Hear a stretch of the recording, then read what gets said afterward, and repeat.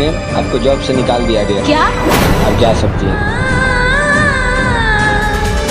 क्यों हजारों गम लगे हैं मेरी जिंदगी के पीछे,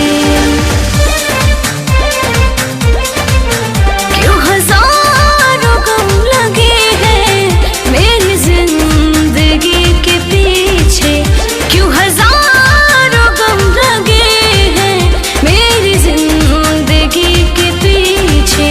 आँखों में है समंदर, आँखों में है समंदर मेरी आशिकी के पीछे,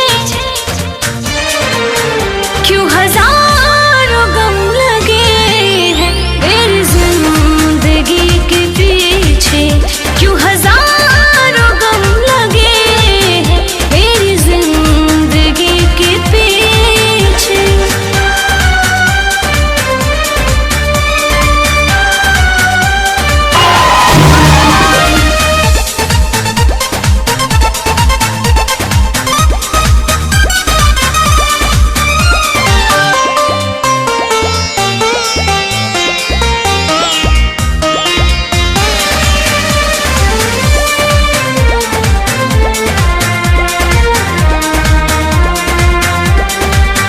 जिसे चाहती हूँ